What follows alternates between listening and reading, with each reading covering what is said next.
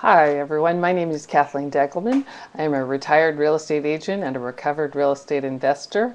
A few years ago I owned lots of properties all over the United States, and at that time none of them were positively cash flowing. In fact, they were creating negative cash flow. The year was 2006 and I could see the writing on the wall for the economy. I knew I was in trouble, and I knew that I needed to create another stream of income fast. And at that time, I was just about to spend $75,000 plus on a franchise, and then I was introduced to the world of network marketing. To say that network marketing has changed all areas of my life would be an understatement. I've now been in the industry for over 7 years. I've made millions of dollars, and I'm very excited about my future with Jeunesse Global, and I'm also very excited to help a lot of other people create financial freedom. Today I'm going to do is to share with you how to handle objections, those pesky questions that sometimes people ask us that can throw us, and the good news is this is a skill that you can learn. So let's get started. First, I just want to say that with Jeunesse, we're sharing products that absolutely will help people to live longer, to live younger, and to get results that will last. And why do we want to do that? Because in our economy, it is absolutely booming. Jeunesse is off the charts. I was actually just at the headquarters a few days ago. We're on track to do probably over 250 million plus this year. Well, our 4th anniversary is just coming up, and that's a 100% increase over last year. So along the way, what happens is we get thrown some questions sometimes that throw us. And as I just said earlier, handling objections is absolutely a skill that you can learn. And basically, there's 2 categories of objections. There's the objections that are all about our limiting belief in ourselves, and we're not sure that we can do this type of business. And then the other type of objection is there's a limiting belief in the industry of network marketing. And those type of objections have to do with people's concerns or fears, whether network marketing is for them. So you absolutely can overcome these objections, and when you do, you can achieve success. And I am actually going to maximize the screen so you can see now. So what is our goal? There's 2 things. We want to educate people, and we want to help people understand what this is all about. That's it. And one of the most important things is not to be attached to the outcome. When we're attached to the outcome, we pressure people. We put too much emphasis on this one person. If you're not attached to the outcome, it's actually a better way to go through life, not just network marketing. But we're here to help the people that we share our opportunity with to see what their blind spots might be, and how we respond is very, very important. So how important is empathy? If we're defensive or we become offensive, we are going to turn the people that we're talking to off. We need to let them know that they are just like we are. And how we do that is by sharing our story of how we overcame our objections and fears. This is going to help us to be relatable, and your story or other people's stories that you share with your new prospect, that is going to help you more than anything. And you absolutely do want to use other people's stories too. And also remember the concept of feel, felt, found, which I'll explain in just a moment. So the first type of objection has to do with our limiting beliefs in ourselves. And so when somebody says to you they aren't sure if this will work for them, and they say things like, I don't have the money, I don't have the time, I'm not a salesperson, I don't know anyone, all of those questions, all of those comments have to do with that person's belief that they don't know that they could do this. They don't know if they would be any good at this. So first off, let's talk about what not to do. The first thing you want to not do is don't make them feel bad. So sometimes people will teach you to kind of come at people in what I consider to be a little bit of a harsh way. If somebody says, I don't have any time or I don't have any money, what you don't want to do is say something like, well, how long are you going to live with that situation?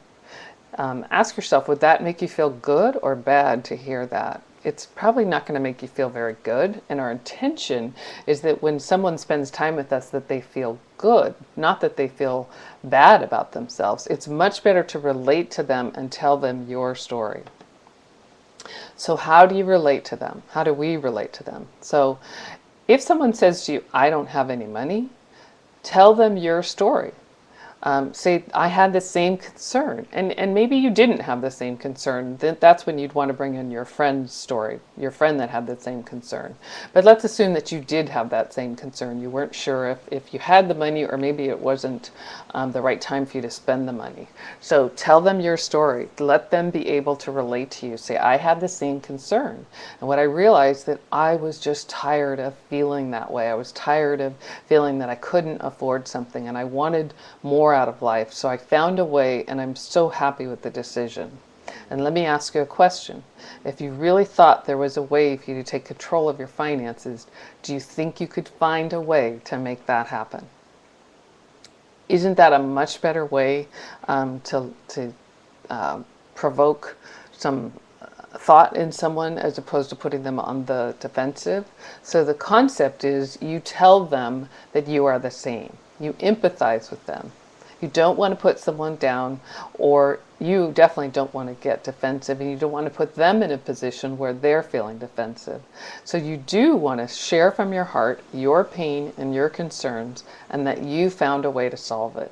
And you absolutely can use another person's story too. And what's great about our business model is along the way, through your own teammates, through the team that you're a part of, the people you bring into the business, the people they bring into the business, the stories that you'll hear from the stage at the larger events, you're going to be collecting other people's stories all along the way. So let's say when you meet a contractor and you just heard somebody share at one of the events or on one of the leadership calls, a contractor shared his story and how he is building a great business. You get to use that as one of the ways to become more relatable to someone. The second type of objection has to do with the limiting beliefs in network marketing. And so all of those questions like, is this a pyramid? Is this one of those schemes?